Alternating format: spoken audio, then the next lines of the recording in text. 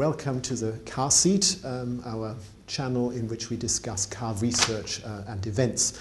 Today we're talking about one major research project which brought together Tommaso, Palermo, Mike Power and Simon Ashby from Portsmouth University, which was about risk culture. Culture has always been sort of at the heart of many explanations, in particular when it comes to the meltdown of financial institutions.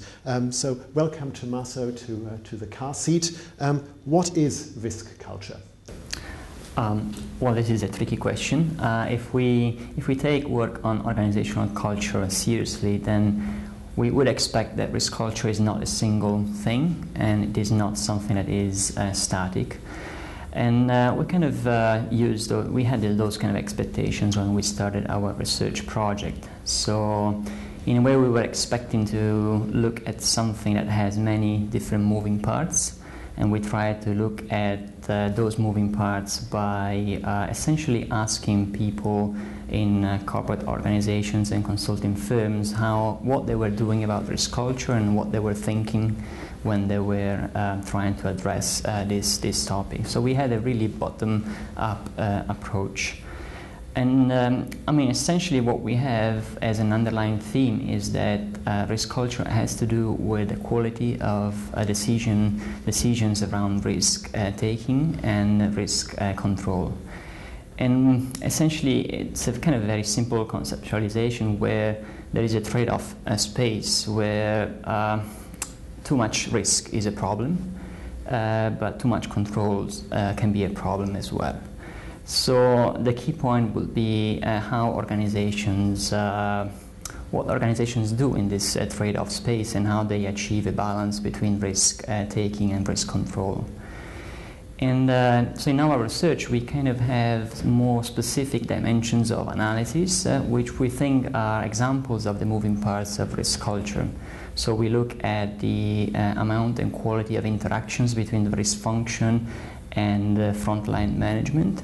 We look at the amount and quality of interactions between organizations and external entities such as consulting firms or regulators. And we look at how organizations try to achieve behavioral change, either through sort of softer ethics-oriented projects or more structural interventions around performance management systems, compliance systems, and remuneration policies.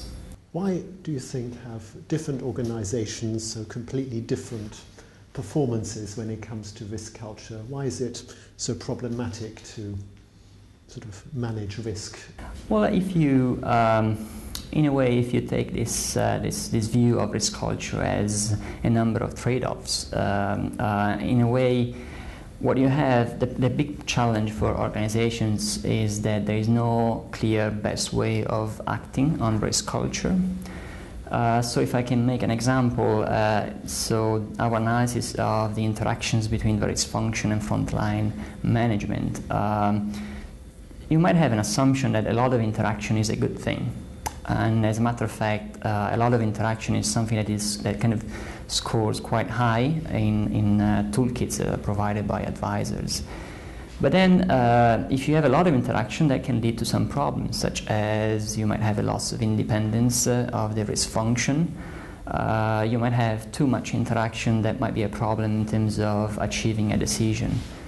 I think one of the interviewees in one of our participant organizations nicely put it as, if you don't want to make a decision, then the best way forward would be to put people in a room and have a meeting, and then you have another meeting, and then you have another meeting, basically up to a point where people kind of forget what they were supposed to decide, and you lose accountability about a specific issue.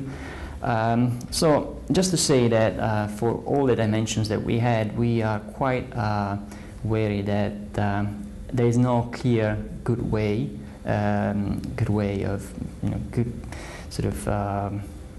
forward, and it's always a balance between things that have both positive and negative consequences.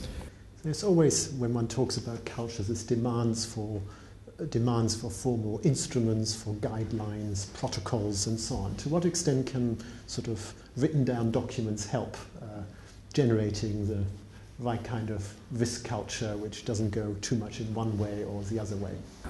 Well, this is quite an interesting dimension, and I guess there is a paradox where when people talk about risk culture, is often about kind of soft issues, and it's a lot about equality, a kind of interactive richness that happens often through informal behaviors and informal processes. And a lot of the people we talked to, they were really keen to try to capture these soft issues. But then if when you try to do something, then it's almost inevitable that you will try to capture those through some kind of written documents. And if you do so, then you will end up losing some of the interactive richness of risk culture. So in a way, it's almost inevitable that people will get a bit frustrated with the use of formal instruments. And I think what we kind of saw in our study is that there are two different sort of approaches or macro styles of acting on risk culture. And there is what we call an engineered approach, where essentially formal documents are quite relevant, and usually the risk culture change program is about a person within the organization that has formal responsibilities for risk culture, and they usually use some toolkits, both from external consulting firms, and they try to run those instruments, questionnaires, often repeatedly over time, to get a sense of differences in risk cultures between different parts of the organizations and trends over time. And this has some advantages, some clear advantages, such as it is something that is highly visible, it's something that generates some kind of momentum within the organization, it's something that can be shown to external stakeholders and also to the regulator.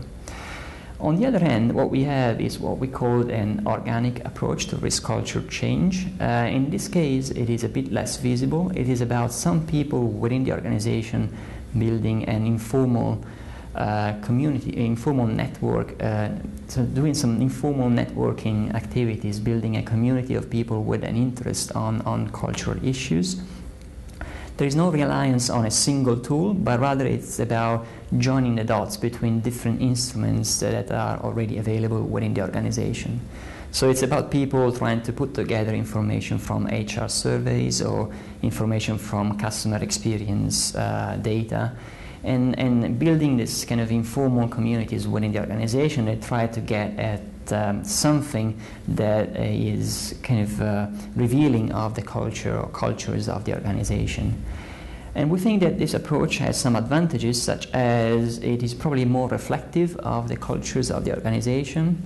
It is using some unique data points which are internal to the organization, but then it also has some disadvantages because you lose the possibility to have external benchmarks, and you might lose in terms of not getting insights from external advisors. So again, it's a matter of different approaches that have both advantages and disadvantages, but I would think that the formal instrument will be a clear, important element for the first approach, and perhaps it will not be that important in the second approach. So what can a private or at least a financial institution do to promote such kind of organic approach, or an engineering approach?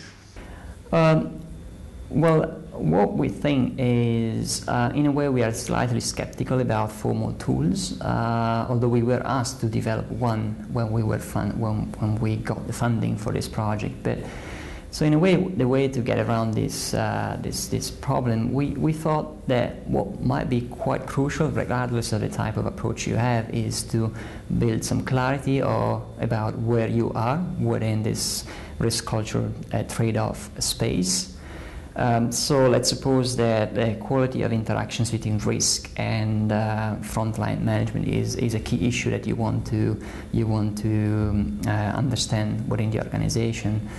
Then what we thought might be useful is to kind of ask some questions, and we provide some in our final research report. And a simple question could be, for instance, how many times in the last month you have met or you have spoken with the chief risk officer. And if the answer is 0, then you might have a problem. If the answer is 100 times, then you also might have a problem. So in a way, we kind of developed this, what we call smart questions. So it's kind of simple, practical questions that you might keep asking yourself and might be helpful to kind of understand where you are within all the different trade-offs that inevitably arise within work on risk culture. And what should regulators then be focusing on? Well, this is also quite a tricky aspect in this area, in a sense that we spoke to a number of people, and quite a lot of them were a bit frustrated about what the regulators have been doing before and after the crisis. In a way, you probably don't want to have organizations to be too comfortable with regulators, so it's probably not a bad sign. But in a way, what we sensed, we had a perception that, according to a few people, regulators were driving a certain kind of culture, very much driven by documentation and demands for written, auditable evidence, which in a way might have a negative effect on the culture that exists within an organization. So in a way, what regulators might be doing for good reasons, asking for written documents, might be a problem, also because organizations might be very good in providing documents, but that doesn't really link with what they are doing or the kind of cultures they have inside. In a way, it's something kind of positive is that in recent speeches by regulators on culture, we kind of see traces of a sort of organic joining the dots approach. So regulators are, at least at a kind of aspirational level, asking for or trying to achieve a sort of meta-analysis of different data points that they already have. So it's not so much only about checking some kind of compliance data or key performance indicators, but it's also about putting together other information, such as how do organizations treat the customer, how organizations treat their own employees, how they go with new product development processes and approval of new products. So in a way, what I call an organic approach, which we have seen within organizations, we think that, at least as an aspiration, seems to be part of recent regulatory speeches. So there might be a nice alignment between what regulators think about risk culture and what is being done in some organizations, which seems to be quite a positive thing. Tommaso, thank you very much. Well, thank you very much.